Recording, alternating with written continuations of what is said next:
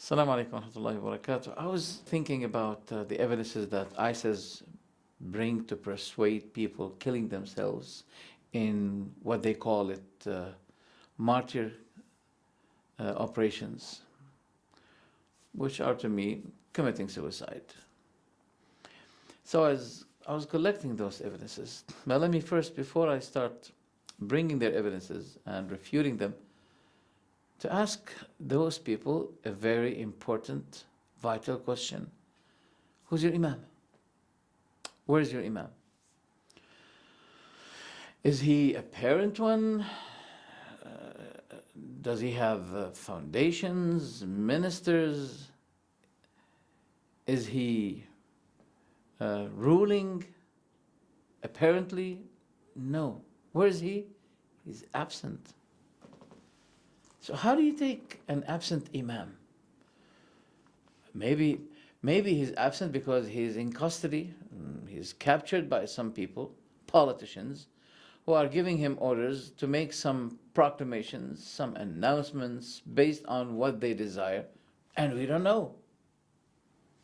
So did we return to the belief of the Shia that you should believe in the absent Imam?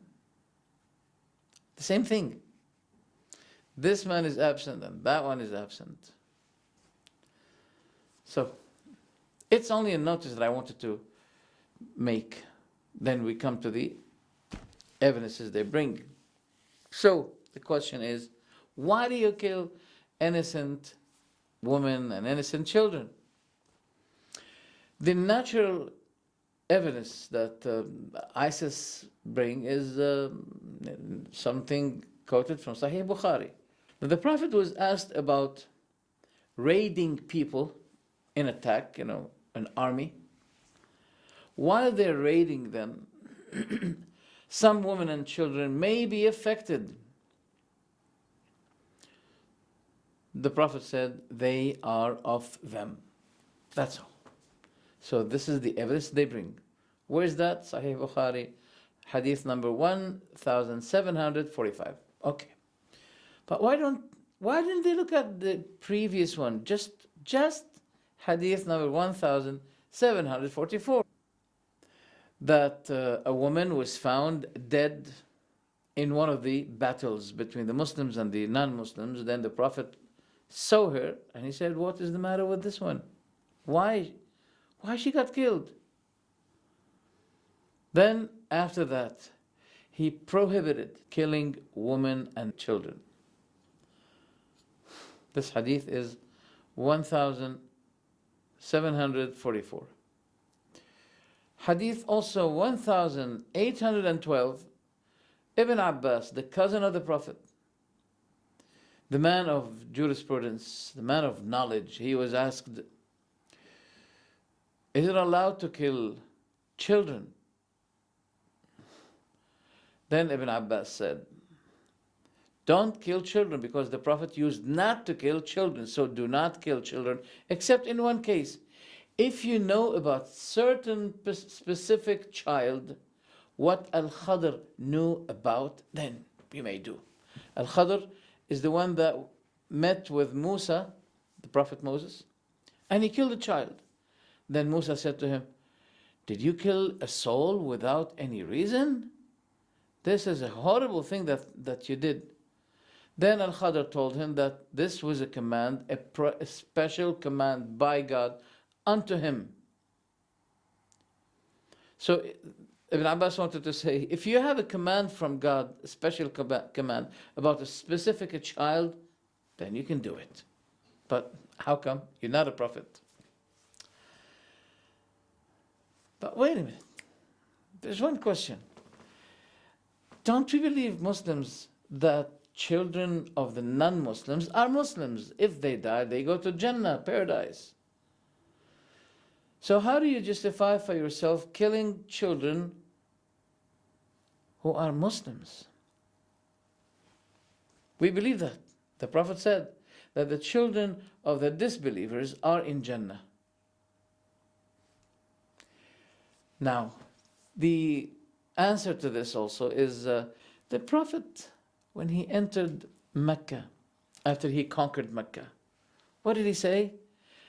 He said regarding the leader of all the campaigns and wars against the Prophet, whose name was Abu Sufyan, the Prophet said, after knowing that he's in his house now, he can't go out.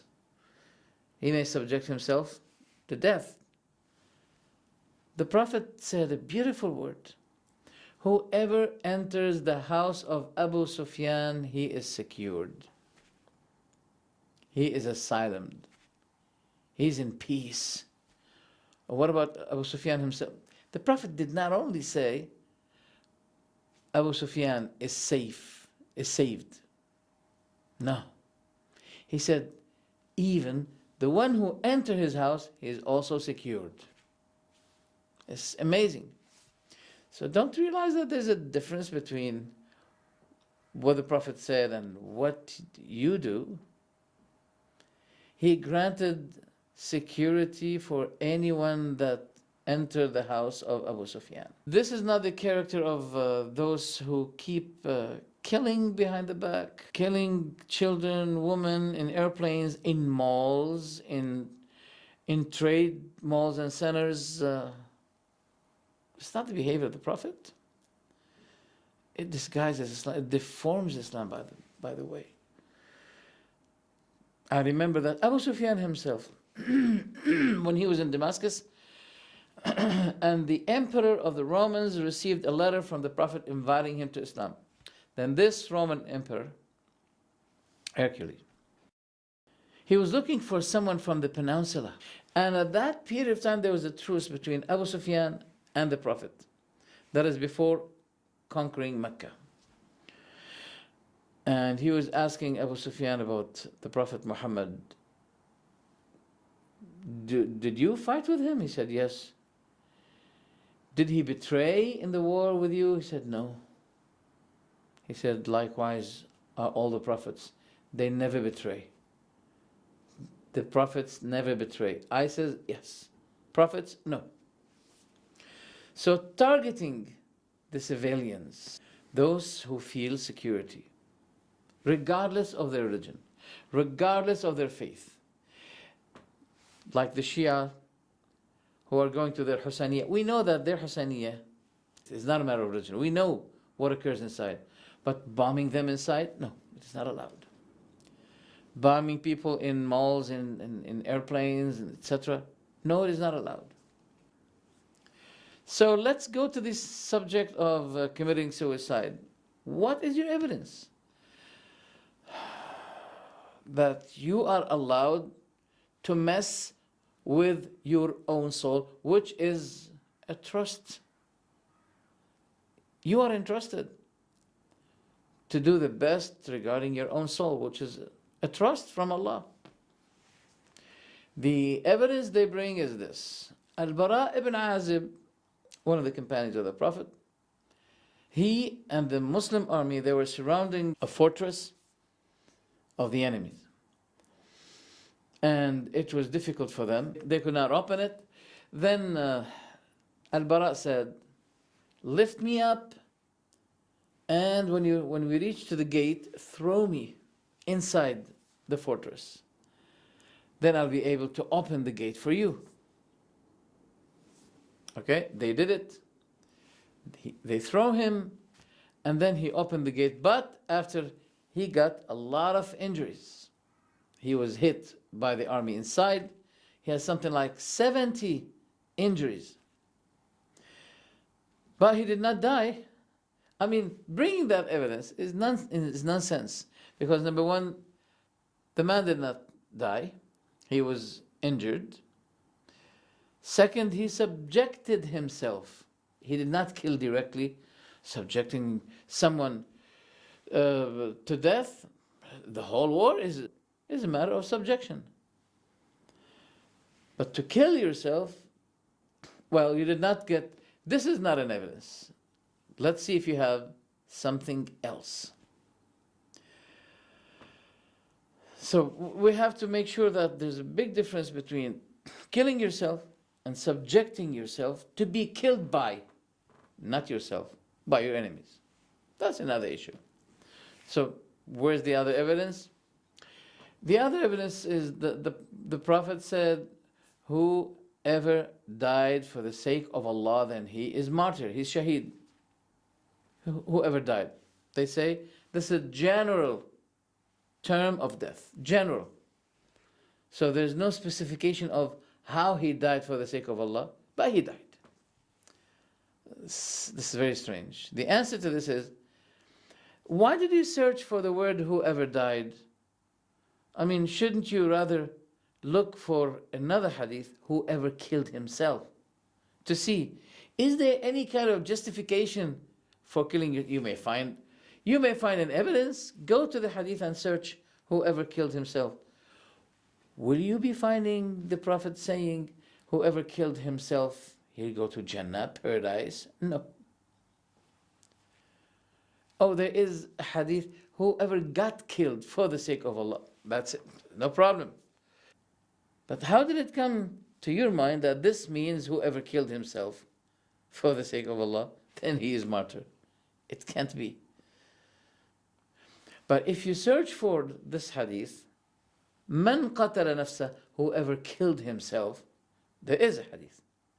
The Prophet says, whoever killed himself with a piece of iron, solid, any solid object or material, so his object will be in his hand at the day of judgment, hitting himself with it eternally, for ages. Allahu A'lam. What will be the end of that? Whoever took a poison, then his poison will be with him at the day of judgment, poisoning himself always and always and always in hell. Whoever threw himself up from a mountain, for example, from a high place, from a skyscraper, then he will be throwing himself in hell from high place. Then he'll be tortured. So it's not allowed in Islam. We don't find any justification, any evidence as to allow someone to kill himself. Do you have any other evidence? Yes. Allah the Almighty said, وَأَعِدُّوا لَهُم مَّا اسْتَطَعْتُم مِّن قُوَّةٍ وَمِن رِّبَاطِ الْخَيْلِ تُرْهِبُونَ بِهِ عَدُوَّ اللَّهِ وَعَدُوَّكُمْ. In the chapter called Al-Anfal, Allah the Almighty said, and prepare against them whatever you are able of power and of steeds of war, by which you may terrify the enemy of Allah and your enemy, and etc., etc. So prepare against them whatever you're able of power. Okay, so this ayah is talking about the war, preparation for a war between an army and the other army. And this ayah was not revealed as the Prophet had two stages. The first stage of Mecca, the other stage in Medina. This ayah was not revealed in Mecca, where the Prophet was weakened for 10 years. This ayah was not revealed unto him at that period of time. The Prophet did not allow anyone to kill or to assassinate. Never, ever. He wasn't. He was always saying, O people, for example, O family of Yasir, be patient for the promise, inshallah, in Jannah. The promise will be in Jannah. Be patient. So despite all the torturing that the Prophet encountered, he never allowed anyone to kill. So this ayah that they quote was revealed in Medina, the second stage, when the Prophet established an army, an Islamic state. Yes, in this case, the Muslim army, prepared the utmost power against their enemies. Yeah, that's justified. It's a war of an army against an army. So that's not, if you compare this to what you do in the airports, in the trade centers, are you fighting army in the mall? You're not fighting army in the mall. Okay, let's see the other evidence. I've seen them quoting some fatwa like Sheikh Qaradawi saying that it is allowed, ironically. He's saying only in Palestine is allowed, but somewhere else is not allowed. I mean, are you thinking that people will be putting that in consideration? In Palestine, yes. In Jordan, no. And anywhere else, no. In Palestine, yes. Now, I find this contradictory. Let's say, for the sake of argument, that scholars disagreed about this. Some said it is allowed, some others said it is not allowed, okay? You're not allowed to be a selective person, taking from those who agreed with it, taking for your favor, okay? Because that's what you desire. Apart from looking at their own evidence. What are the evidences they have? This is what you're supposed to be doing. You're supposed to be comparing their opinions to the evidences they have, whether their evidences are close or match or suit the book and the sunnah. Yes. But wait a minute. What if you were mistaken? What are you going to do? I mean, if you kill yourself, then you meet Allah the day of judgment, and you find yourself being mistaken. Are you going to ask Allah, oh Allah, return me to life, I'm going to make a better death? You're not going to do that. But we say, if you were wrong, that means the other hadith is fulfilled on your case. What is it? Whoever killed himself by anything, by a sword, then his sword will be in his hand, torching himself by the sword he used to kill himself in life. But as for Qaradawi, this is not the only contradiction we find with him. No, he allowed the Muslim American soldiers to kill the Afghanis, for example. And some people, they condemned that fatwa.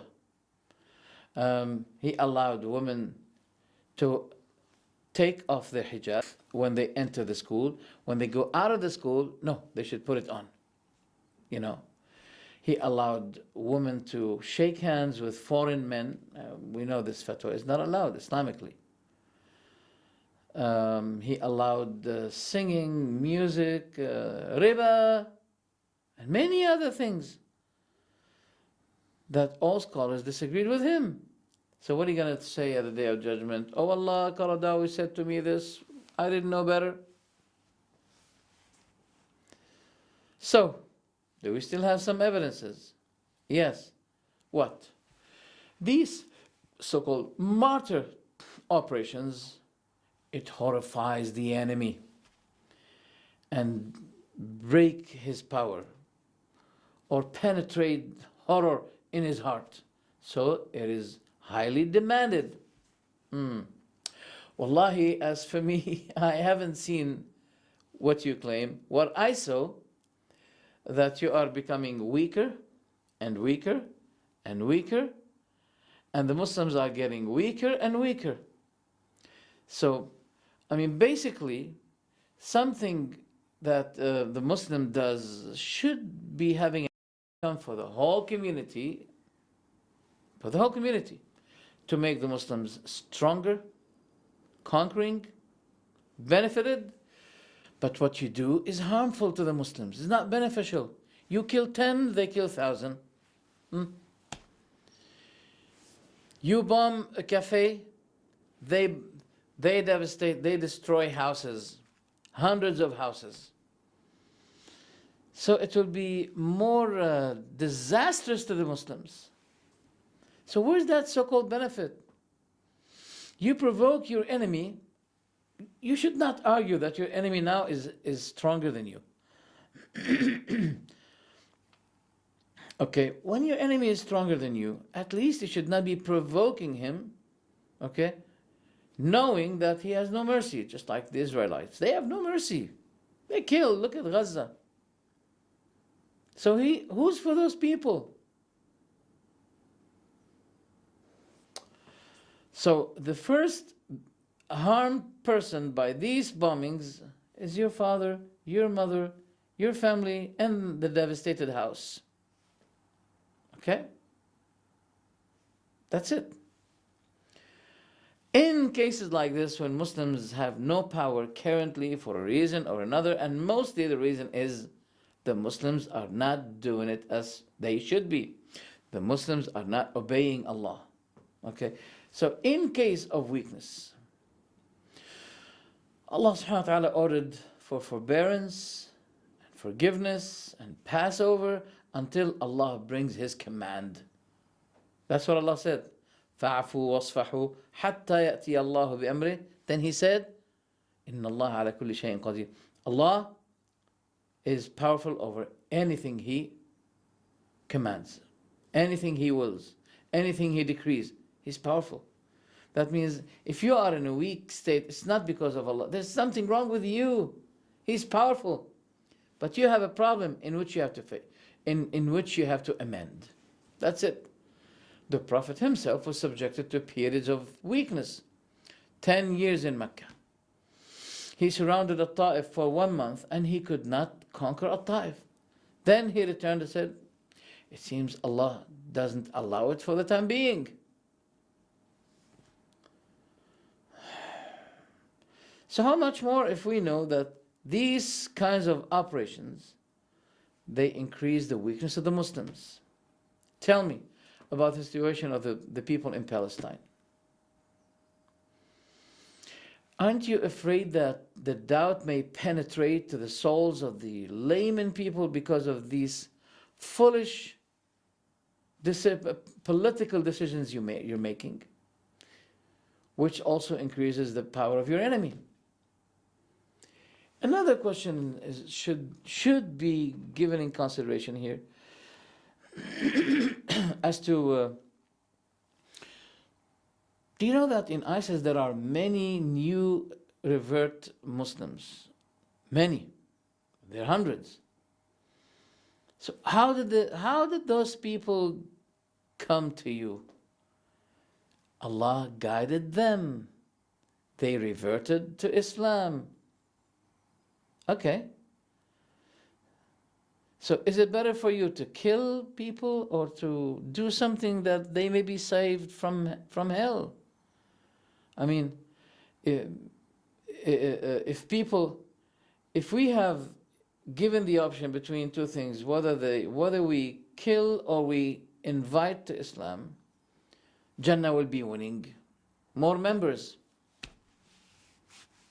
But to kill them, just kill in malls, in trains, in airplanes. We need to review, to make another thinking about the way we exercise in dealing with the non-Muslims. Really, we have to recalculate our measures, our methods.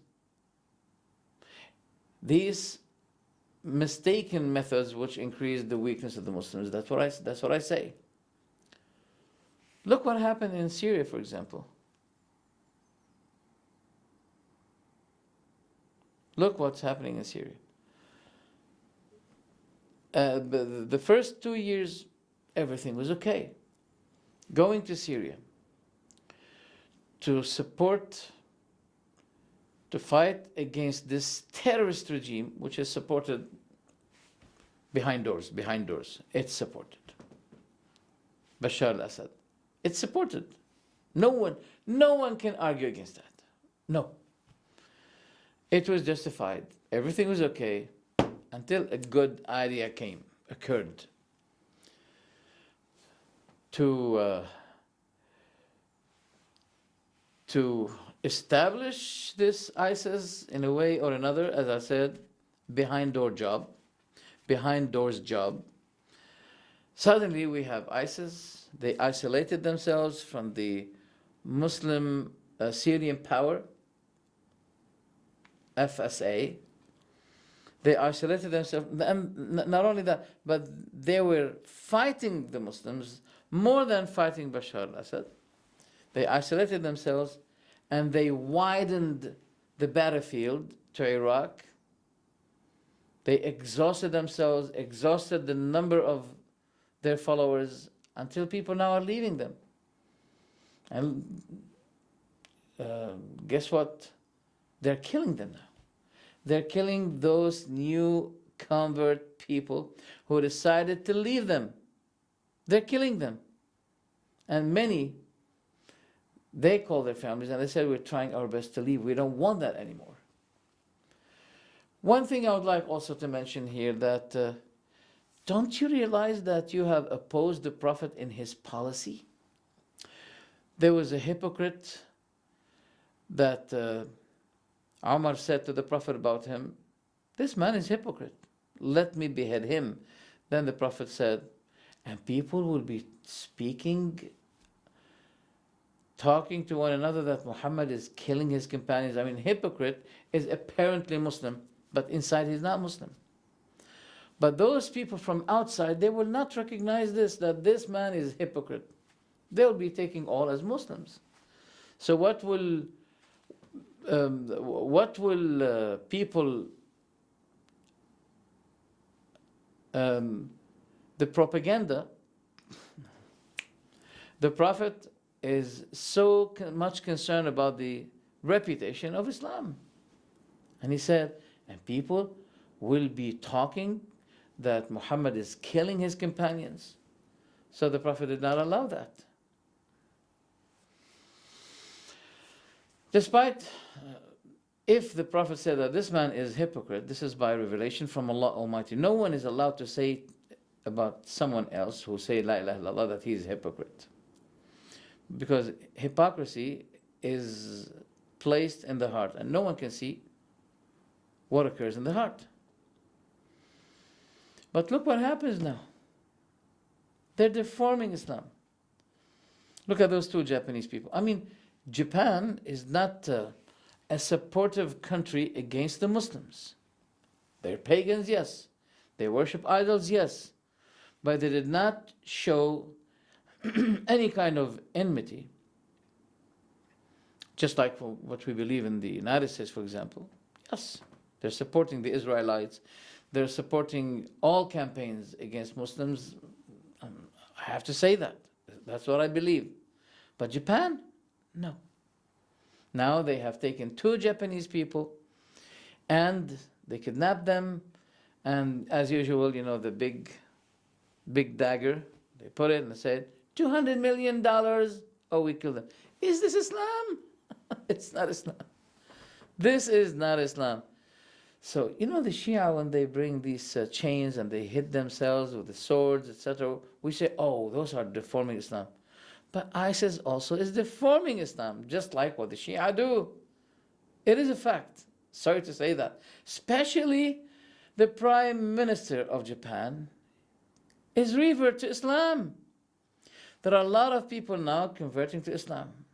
A lot. So what are you doing now? You are discouraging people from becoming Muslims. Do you have any other evidence?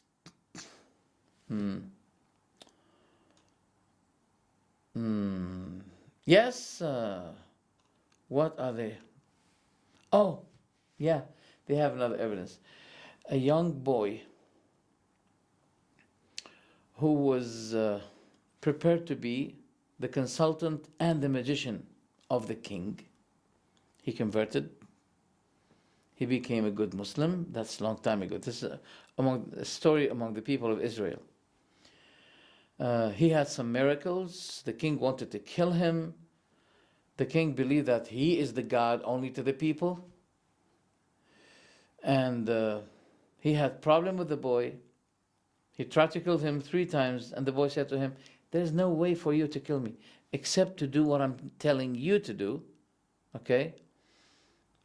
That you take an arrow, and you hit me with it, but before that you say, in the name of Allah, the Lord of the boy. Just say that, and that's all. In this way, you can kill me. So the king said, that was it? No problem. He said, all the people were waiting, they're watching, and they did not dare to say, Allah is our Lord, fearing this king to kill them. So this boy was targeting the people. He wanted those people to become believers.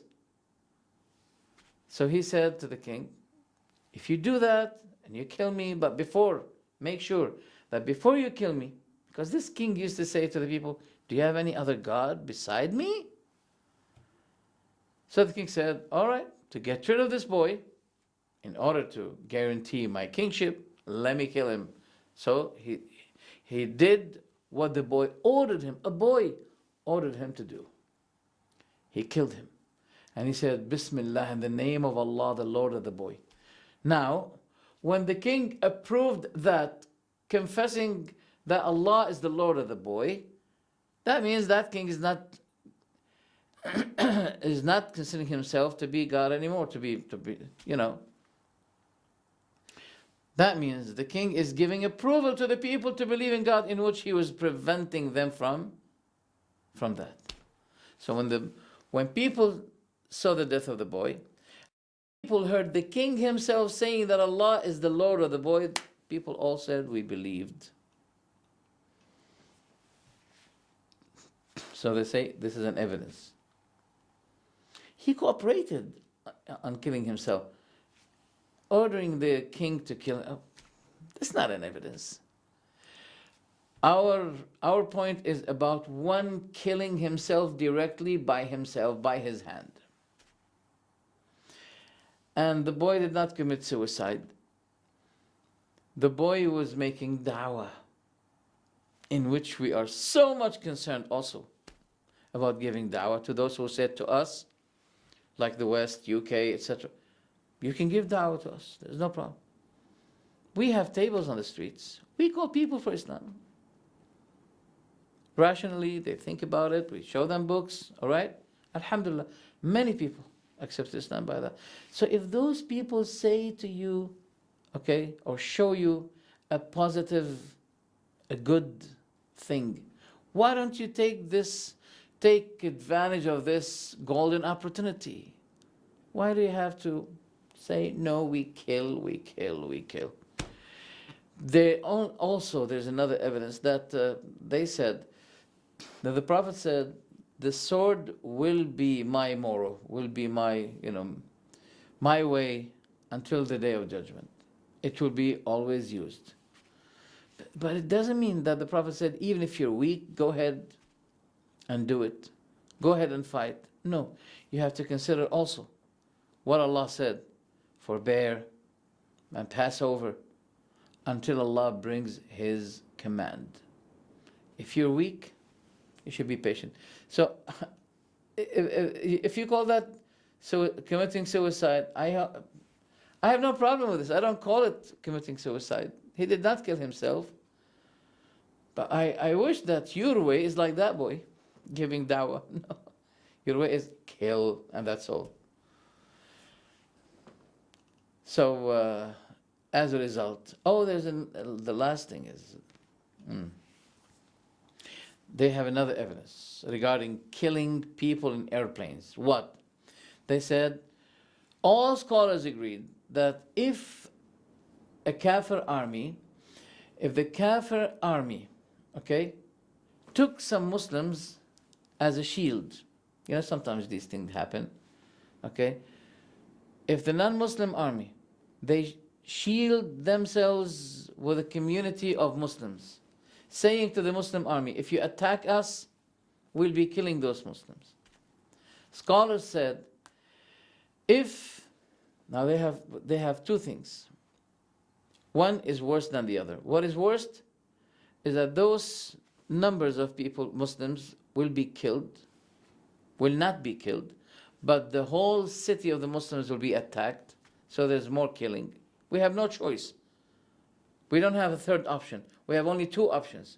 Whether minority are subjected to be killed, or the majority are subjected to be killing. So we have no choice.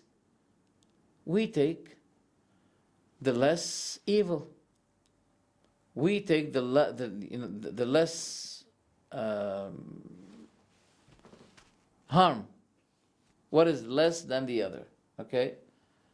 In this case, scholars said if there's no other option, yes, go ahead and attack the non-Muslim army, even if they shield themselves by some civilian Muslims. Yes, that is We have no problem to this. But this is your evidence in order to kill people in airplanes.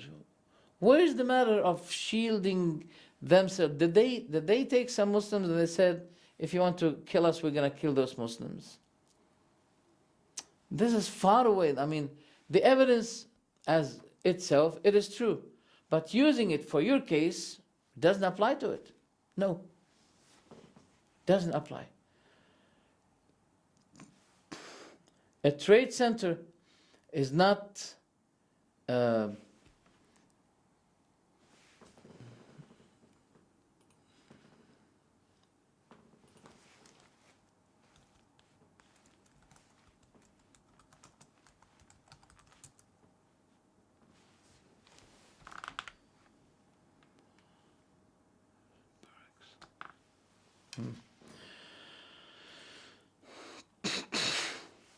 a trade center is not a barracks. It's not a place of army. This is a trade center. People are going there to buy, not to fight.